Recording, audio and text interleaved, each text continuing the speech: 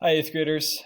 It's Mr. Castleman here with another video. Today we're going to be reading Chapter 7, also called Lesson 7, Sections 4, 5, and 6. So please open up TCI to Lesson 7 and Section 4, and also open up your Chapter 7 reading notes, Part 2. Section 4. Great Britain almost wins the war. After the British abandoned Boston in the spring of 1776, Germain came up with his first plan for winning the war. British forces in America, led by General William Howe, were ordered to capture New York City. From that base, British troops would then move north to destroy the rebellion at its heart, Massachusetts. To block the British invasion, Washington hurried with his army from Boston to New York. It was there that he heard the good news. By signing the Declaration of Independence, Congress had finally declared the colonies to be free and independent states. Washington had the Declaration of Independence read aloud to his troops. The time had come, he said, to show our enemies and the whole world that free men contending for their own land are superior to any mercenaries on earth. The Declaration made it clear that the troops had the support of all the colonies, who agreed that independence was a prize worth fighting for. African Americans and the war. For African Americans, however, the Declaration of Independence raised both hopes and questions. Did Jefferson's words, "all men are created equal," apply to them? Would independence bring an end to slavery? Should they join the revolution? Even before independence was declared, a number of African Americans had joined the Patriot cause. Black militiamen, both free and slave, fought at Lexington, Concord, and Bunker Hill. Early in the war, however, blacks were banned from the Continental Army. Washington did not want the army to become a haven for runaway slaves. In contrast, the British promised freedom to all slaves who took up arms for the king. As a result, thousands of runaways became loyalists and fought for Great Britain. A shortage of volunteers soon forced Washington to change his mind. By 1779, about 15% of the soldiers in the Continental Army were African Americans. Large numbers of black sailors also served in the Continental Navy. As black Americans joined the war effort, some whites began to question their own beliefs. How could they accept slavery if they truly believed that all people are created equal, with the same rights to life, liberty, and happiness? By the war's end, Vermont, Connecticut, Massachusetts, New Hampshire, Rhode Island, and Pennsylvania had all taken steps to end slavery. Defeat in New York. On August 27, 1776, the American and British armies met in Brooklyn, New York, for what promised to be a decisive battle. The Americans began their defense of the city in high spirits, but the inexperienced Americans were no match for the British, with their greater numbers and superior training. In 2 days of fighting, the British lost only 377 men, while the Americans lost 1,407. Satisfied that the war was nearly won, Howe ordered a halt to the British attack. Washington, he assumed, would do what any self-respecting European general would do in a hopeless situation. He would surrender honorably. And so Howe waited. Washington had no intention of giving up. But for his army to survive, he would have to retreat. Even though Washington knew this, he could not bring himself to utter the word retreat. An officer named Thomas Mifflin rescued him from his pride. "What is your strength?" Mifflin asked. 9,000, Washington replied. "It is not sufficient," said Mifflin bluntly. "We must retreat."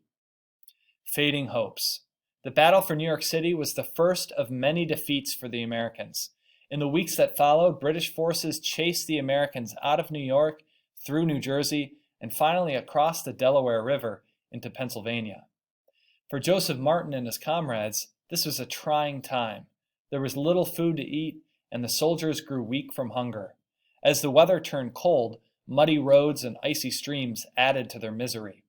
With their terms of enlistment nearly up, many soldiers headed for home. Along the way, they spread the word that anyone who volunteered to risk his life in the Continental Army had to be crazy. By the time Washington reached Pennsylvania, only a few thousand men were still under his command. Many of his remaining troops, he reported, were entirely naked, and most so thinly clad as to be unfit for service. More troops had to be found, and found quickly, he wrote his brother. Otherwise, I think the game will be pretty well up.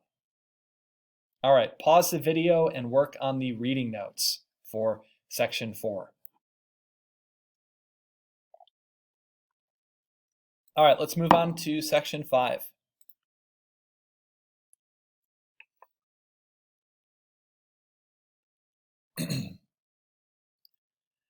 Section 5, Pep Talk and Surprise Victories. By the end of 1776, the British also thought the war was just about over. General Howe offered to pardon all rebels who signed a statement promising to, quote, remain in peaceful obedience to the king. Thousands took him up on his offer. The crisis. Washington knew he had to do something quickly. Gathering his last troops together, he read to them from Thomas Paine's new pamphlet called The Crisis. These are the times that try men's souls. The summer soldier and the sunshine patriot will, in this crisis, shrink from the service of their country. But he that stands it now deserves the love and thanks of man and woman. Next, Washington outlined a daring plan to attack Hessian troops who were camped for the winter in Trenton, New Jersey. Heartened by Thomas Paine's words, his men did not shrink from the service of their country. Victory in Trenton.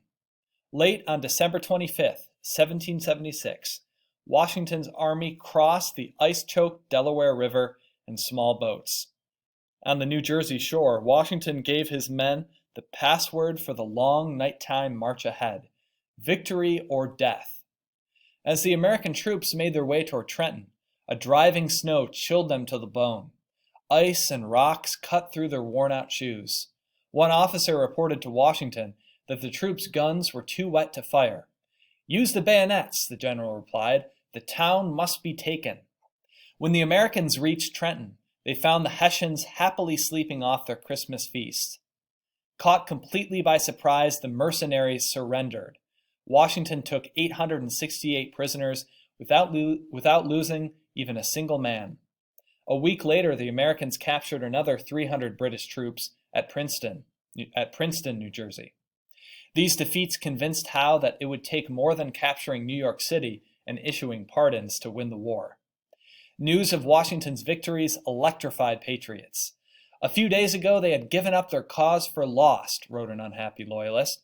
Their late successes have turned the scale, and they are all liberty mad again. The game was not yet up. Pause the video now and work on the reading notes for section 5. All right, let's move on to section 6.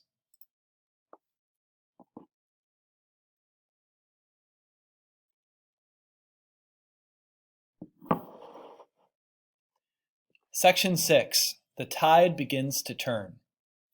When the American Revolution began, both sides adopted the same military strategy, or overall plan for winning the war. That strategy was to defeat the enemy in one big battle. After barely escaping from his loss in New York, Washington revised his strategy. In the future, he wrote Congress, he would avoid large battles that might put his army at risk. Instead, the war would be defensive. Rather than defeating the British, Washington hoped to tire them out. A new British strategy. Germain, that is Lord Germain, revised the British strategy as well.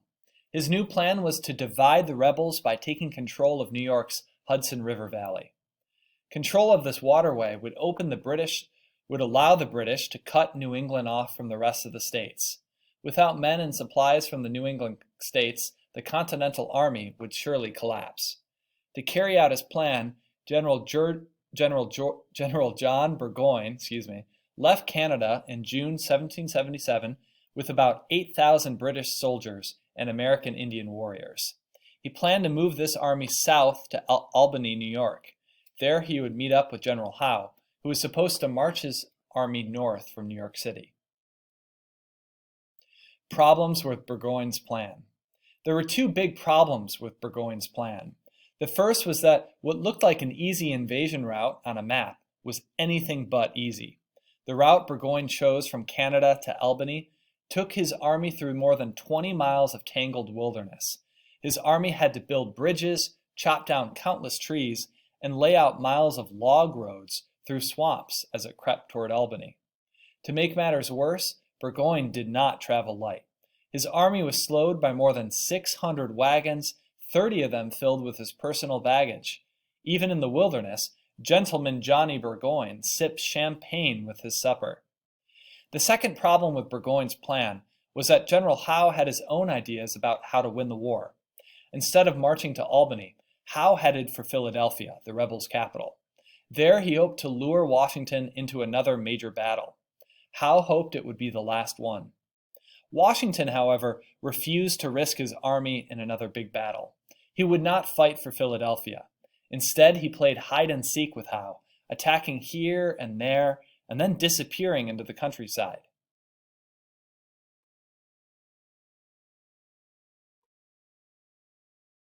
A turning point. By the time the slow-moving Burgoyne finally reached Saratoga Springs on the Hudson River, the area was swarming with militia. Although the rebels outnumbered his army, Burgoyne ordered an attack. Again and again, the rebels beat back Burgoyne's troops. On October 17, 1777, Burgoyne accepted defeat.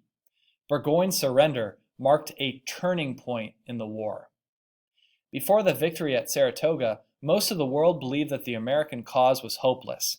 Now the Americans had shown they could stand up to a British army and win. Not long after this victory, France came into the war as an ally of the United States. The French government sent money, weapons, troops, and warships to the Americans. Spain also entered the war against Great Britain. The American cause no longer looked quite so hopeless. Winter at Valley Forge. Saratoga was a stunning victory, but the war was far from over. While General Washington's army roamed the countryside, Howe's forces still occupied Philadelphia. Late in 1777, Congress declared a day of thanksgiving for the Army's successes. By this time, Washington and his army were on their way to Valley Forge, Pennsylvania, to make camp for the winter. Joseph Martin described the Army's celebration. "We had nothing to eat for 2 or 3 days previous, but we must now have what Congress said, a sumptuous or lavish Thanksgiving. It gave each and every man a gill, which means a few ounces, of rice, and a tablespoon of vinegar. The army was now not only starved, but naked. The greatest part were not only shirtless and barefoot, but destitute of all other clothing, especially blankets." Washington's troops were hungry because many farmers preferred to sell food to the British. The British paid them in gold, whereas Congress paid them in paper money. As for uniforms and blankets, merchants had raised the prices for these items sky high. This desire for profits at the army's expense outraged Washington. "No punishment," he fumed, "is too great for the man who can build his greatness upon his country's ruin." To help lift his men from their misery, Washington put Baron Friedrich von Steuben in charge of training. A military officer from Prussia, which is in modern-day Germany, von Steuben arrived in December 1777 and set to work turning the Continental Army into an organized fighting force. "The Prussians' method," wrote Martin, "was continual drill. It worked wonders." "The army grows stronger every day," wrote one officer. "There is a spirit of discipline among the troops that is better than numbers." Another foreign volunteer, the Marquis de Lafayette, also helped raise the troops' spirits.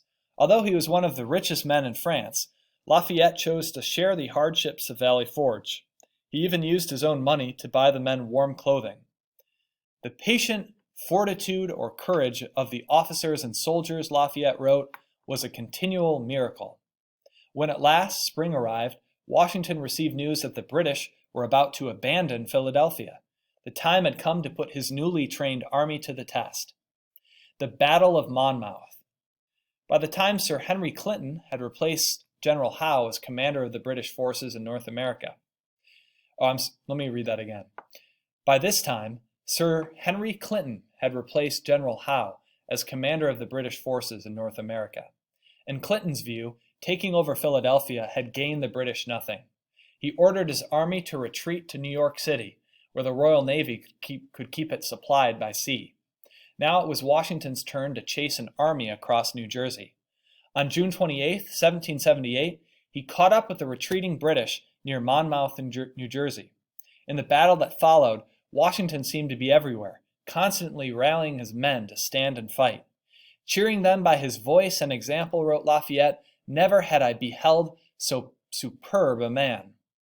Late that night, the British slipped across the Hudson River to safety in New York City. Washington camped with his army nearby. It was pleasing, he wrote, that after 2 years maneuvering, both armies are brought back to the very point they set out from. Neither army knew it yet, but the war in the North was over. All right, time to work on the reading notes for section 6, and that is it for this video. I will see you in a video again soon.